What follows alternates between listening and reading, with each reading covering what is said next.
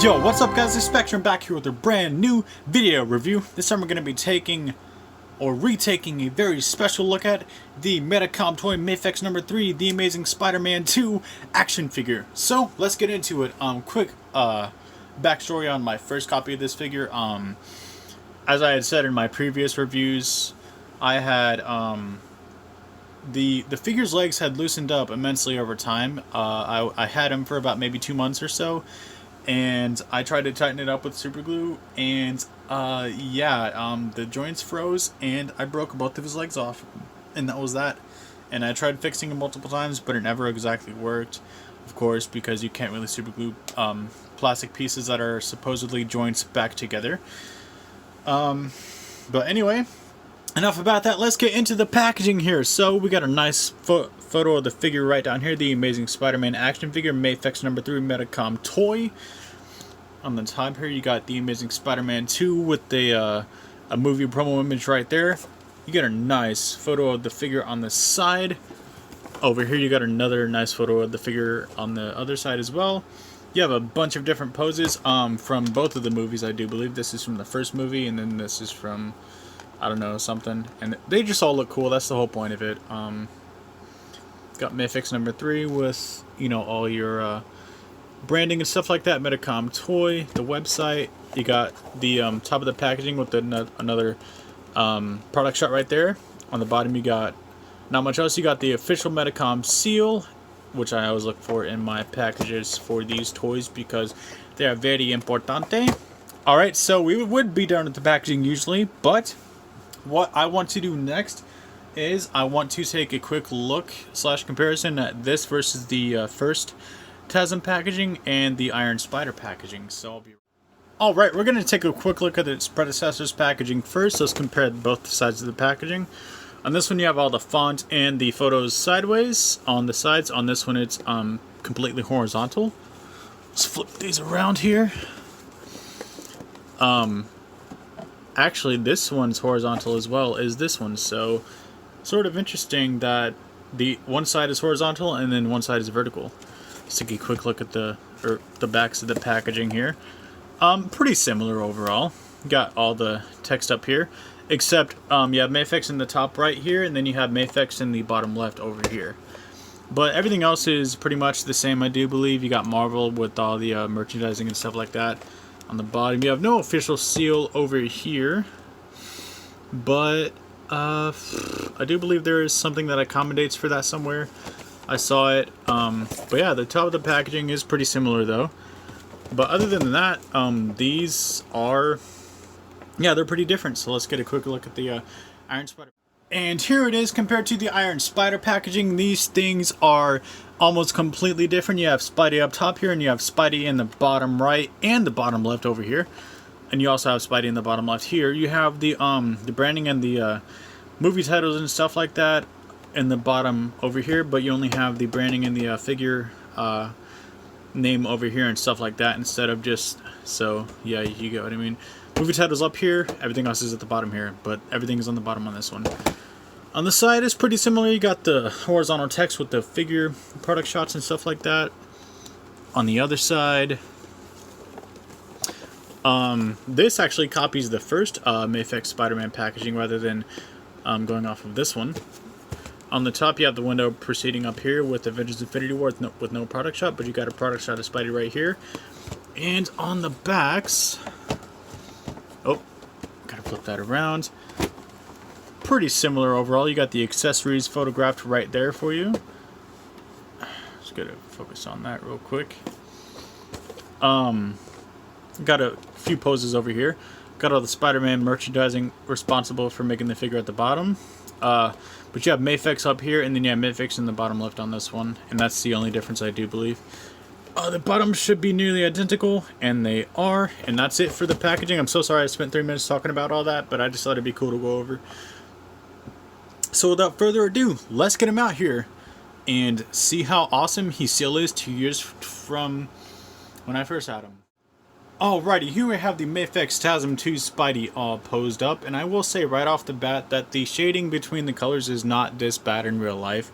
The camera oversaturates and accentuates the colors a little bit too much, I think. Now his hands are a bit brighter than the rest of his body, but I think I have no idea why that is. The best I'm going to give you is sunlight.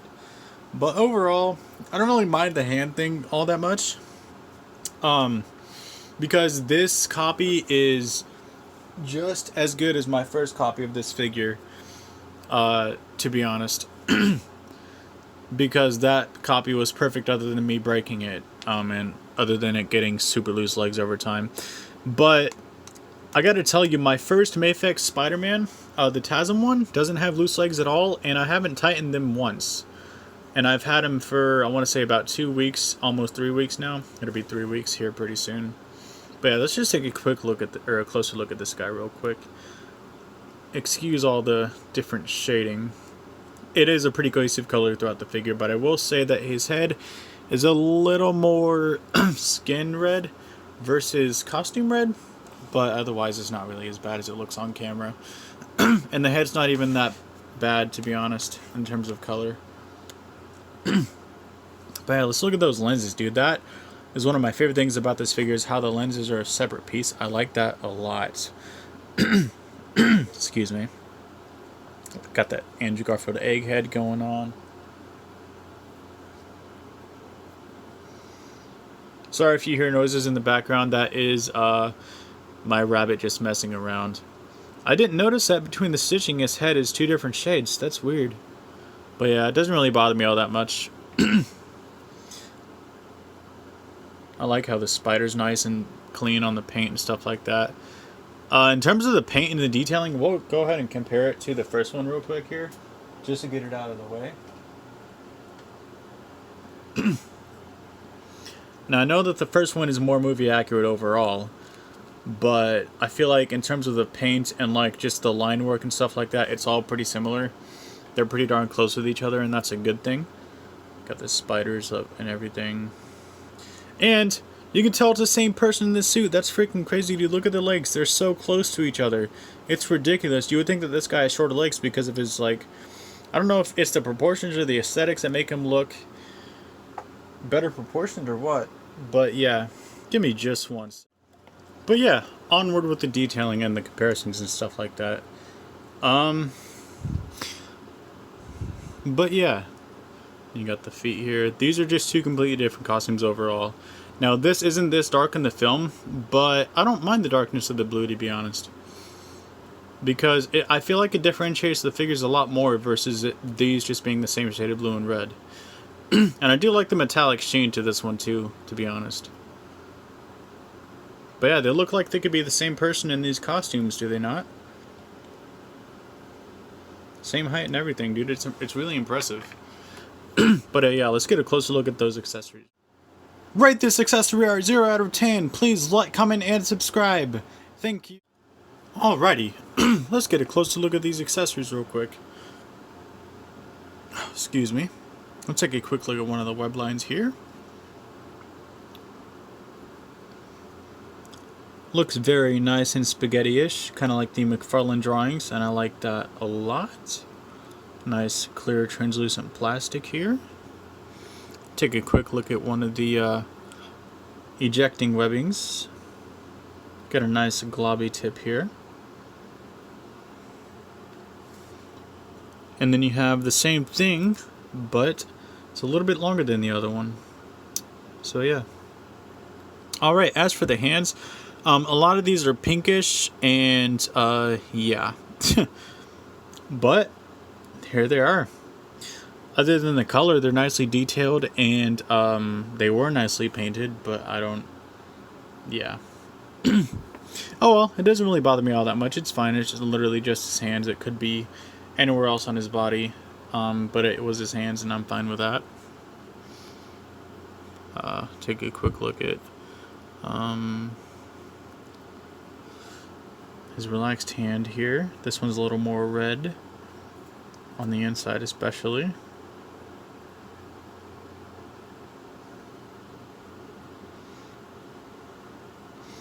Got his the whipping or web line holding hand here. And the way that you insert the web line is you literally just feed it through the hand.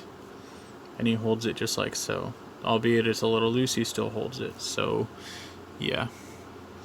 Also, in order to get him to thwip, just remove whichever hand you like. Attach the web line around the ball peg for the wrist here, and then what you want to do is you want to give him his thwip hand. Make sure that's aligned with the web shooter as best as possible here.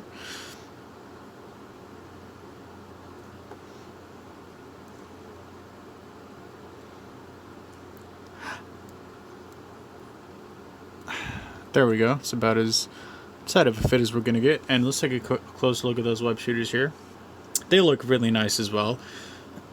And yeah, that's the effect right there. Looking pretty cool. I'm just going to go ahead and remove that just to make sure I don't bend this web line or anything like that.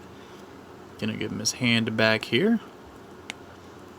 And we'll go ahead and go over articulation here. So, from head to toe, here we go.